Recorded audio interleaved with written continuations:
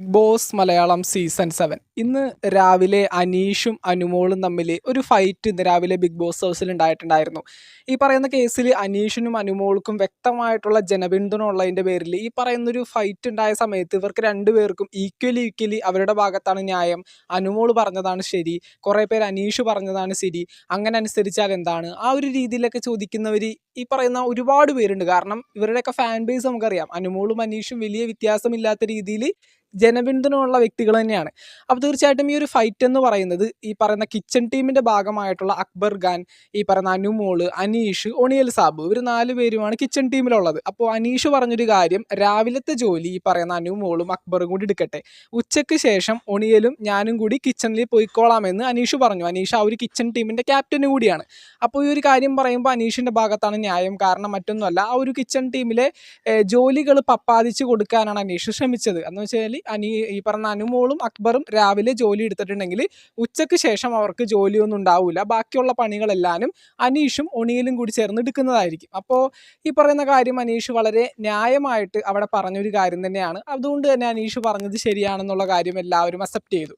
അതിനുശേഷം അനുമോളുടെ ഭാഗത്താണ് ന്യായമെന്ന് പറയുന്നത്. എല്ലാവർക്കും ഒരു സെൽഫ് റെസ്പെക്റ്റ് ഉണ്ട്, എല്ലാവർക്കും തൻ്റേതായിട്ടൊരു വ്യക്തിത്വമുണ്ട്. ആ ഒരു വ്യക്തിത്വത്തിന് മാനം പോകുന്ന രീതിയിൽ, അല്ലെങ്കിൽ അത് മാനഹരണപ്പെടുന്ന രീതിയിൽ ഒരു കാര്യം ബിഗ് ബോസ് ഹൗസിൽ ഉണ്ടായിട്ടുണ്ടെങ്കിൽ അത് സമ്മതിച്ചു കൊടുക്കാനായിട്ട് ആ ഒരു കണ്ടസ്റ്റൻറ്റിന് തീർച്ചയായിട്ടും ബുദ്ധിമുട്ടുകൾ ഉണ്ടാകും. കാരണം അനീഷ് വന്നിട്ട് എന്താണ് ഈ പറയുന്ന കാര്യം നിങ്ങൾ ഇങ്ങനെ ചെയ്താൽ മതി, അത് നിങ്ങൾ അനുസരിക്കണം, അതായത് രാവിലെ നിങ്ങൾ കയറണം, ഉച്ചക്ക് ഞങ്ങൾ കയറിക്കോളാം എന്നുള്ള രീതിയിൽ അനീഷ് വന്ന് സംസാരിച്ചപ്പോൾ അത് അക്സെപ്റ്റ് ചെയ്യാനായിട്ടൊരു ബുദ്ധിമുട്ട് ഈ പറയുന്ന അനുമോൾക്കും അക്ബറിനും ഉണ്ടായിരുന്നു. അവരുടെ ആ ഒരു പെർസ്പെക്റ്റീവിൽ നോക്കുന്ന സമയത്ത് അവർ പറഞ്ഞ കാര്യം വ്യക്തമാണ്. കാരണം മറ്റൊന്നുമല്ല, ഒരാൾ അനുസരിപ്പിക്കുന്ന രീതിയിൽ ബിഗ് ബോസ് ഹൗസിൽ വന്ന് നിൽക്കുമ്പോൾ തൻ്റേതായിട്ടൊരു വ്യക്തിത്വത്തിന് അവിടെ ഒരു ബുദ്ധിമുട്ട് സംഭവിക്കുന്ന സമയത്ത് അത് പെട്ടെന്നങ്ങ് അക്സെപ്റ്റ് ചെയ്യാനായിട്ട് ഈ പറയുന്ന അനുമോൾക്കും അക്ബറിനും സാധിച്ചിട്ടില്ല.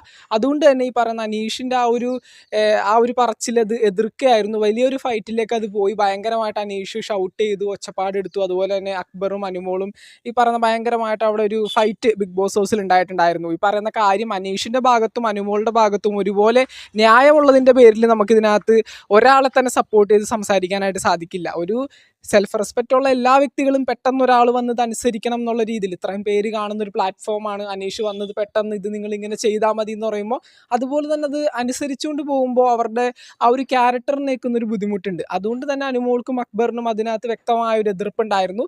അനീഷ് പറഞ്ഞ കാര്യം ന്യായമായതുകൊണ്ട് അനീഷ് അതിനെ ബന്ധപ്പെട്ടുകൊണ്ട് ഭയങ്കരമായിട്ട് അവിടെ ഷൗട്ട് ചെയ്തു. അപ്പോൾ എന്തൊക്കെയാണെങ്കിലും ഈ ഒരു വിഷയത്തിൽ അനീഷിനെയും തെറ്റു പറയാൻ സാധിക്കില്ല, പക്ഷേ പൂർണ്ണമായിട്ടൊരു തെറ്റു പറയാനായിട്ട് നമുക്ക് അനുമോളെയും ഒരിക്കലും തെറ്റു പറയാനായിട്ട് സാധിക്കില്ല. അപ്പോൾ എന്തൊക്കെയാണെങ്കിലും ഈ ഒരു വിഷയത്തിൽ നിങ്ങൾ ആരുടെ ഭാഗത്താണ് തീർച്ചയായിട്ടും താഴെ കമൻറ്റ് ബോക്സിൽ രേഖപ്പെടുത്തുക. ബിഗ് ബോസ് മലയാളം സീസൺ 7 മറ്റൊരു അപ്ഡേറ്റുമായിട്ട് നമുക്ക് വീണ്ടും കാണാം. ചാനൽ ഇതുവരെ സബ്സ്ക്രൈബ് ചെയ്യാത്തവരാണെങ്കിൽ ഒന്ന് സബ്സ്ക്രൈബ് ചെയ്ത് സപ്പോർട്ട് ചെയ്യുക. വീഡിയോ ലൈക്ക് ചെയ്താണെന്നവർ ഒന്ന് ലൈക്കും കൂടി ചെയ്തേക്കാം. താങ്ക്